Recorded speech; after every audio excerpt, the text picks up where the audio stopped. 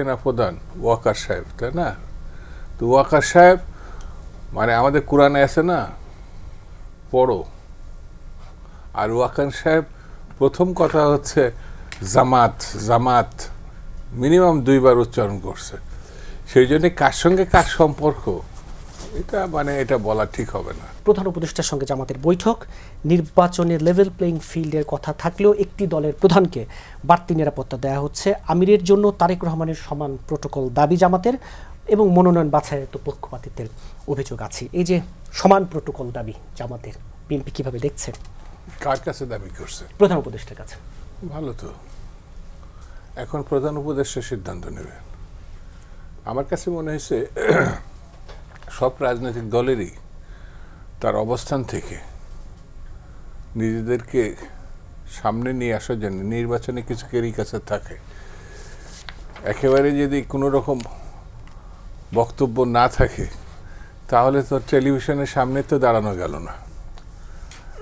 উনি যে কথাগুলো বলেছেন আমার বিবেচনায় তার অবস্থান থেকে সেটা বলেছে, কিন্তু বাস্তবতার ভিত্তি হচ্ছে সবাই তো একই অবস্থানে নাই। কেউ একেবারে মাটির মানুষ, তাকে পুলিশ দিলেও সে নেবে না। আবার পুলিশ ছাড়া অনেক মানুষ চলতে পারবে না। কেউ দেশে ছিলেন, কেউ বিদেশে ছিলেন।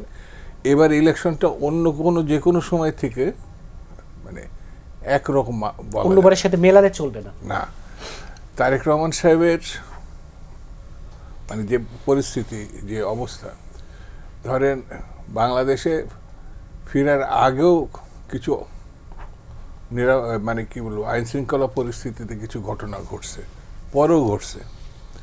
তো সেই জায়গায় যদি প্রশাসনের থেকে উদ্যোগ নিয়ে থাকে, অন্যদের ক্ষেত্রে যদি এই ধরনের অবস্থা থাকে, আমি বলবো সেগুলো ক্ষেত্রে গুরুত্ব দেওয়া। এটা তো বলা লাগবে না, কারণ নির্বাচনে যে কোনো একটা দলের দায়িত্বশীল নেতা যদি কোনো বিপদে পড়ে যায় বা কোনো একটা ভালো মন্দ কিছু হয়, সেটা নির্বাচনের উপরে গিয়ে পড়বে, প্রভাব ফেলবে, অবশ্যই প্রভাব ফেলবে। তো এটা বলা লাগবে কেন? এটা তার আগে থেকে আমার বিবেচনা এটা করা উচিত। কারণ পতিত সরকারের কাছ থেকে যেমন টাকা উদ্ধার করা যায় নাই, একটা অস্ত্র নিছে কিনা আমার কাছে সন্দেহ আছে। তাদের অস্ত্র তাদের কাছেই আছে। 2 ধরনের অস্ত্র, একটা অবৈধ অস্ত্র আর একটা বৈধ অস্ত্র।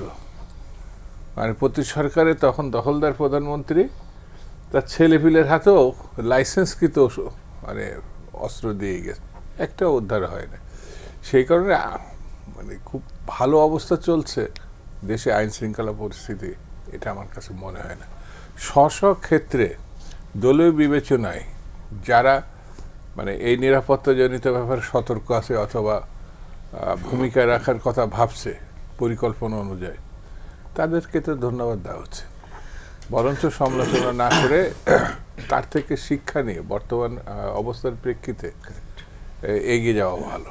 জামাত আরো অভিযোগ করছে যে নির্বাচন কমিশনকে একটি দল মানে বিএনপিকে তো বোঝানো হচ্ছে নিরন্তর চাপ দিয়ে যাচ্ছে এবং ডিসিএসপিরা পক্ষপাতিত্ব করছে। এই অভিযোগ তারা আজকে প্রধান উপদেষ্টার কাছে দিয়েছে। আমি যত জানি, মানে আমি সম্পূর্ণটা না শুনলেও, জামাত একটা না একাধিক মন্ত্রণালয় কন্ট্রোল করছে। এত কন্ট্রোল বোধহয় ক্ষমতায় আসার পরে আর কেউ করে নাই।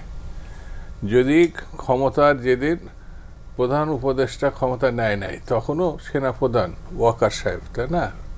তো ওয়াকার সাহেব মানে আমাদের কোরআনে আছে না, পড়ো। আর ওয়াকার সাহেব প্রথম কথা হচ্ছে জামাত, জামাত মিনিমাম 2 বার উচ্চারণ করছে। সেই জন্যে কার সঙ্গে কার সম্পর্ক এটা বলা ঠিক হবে না। ওরা হয়তো কষ্ট পাবে।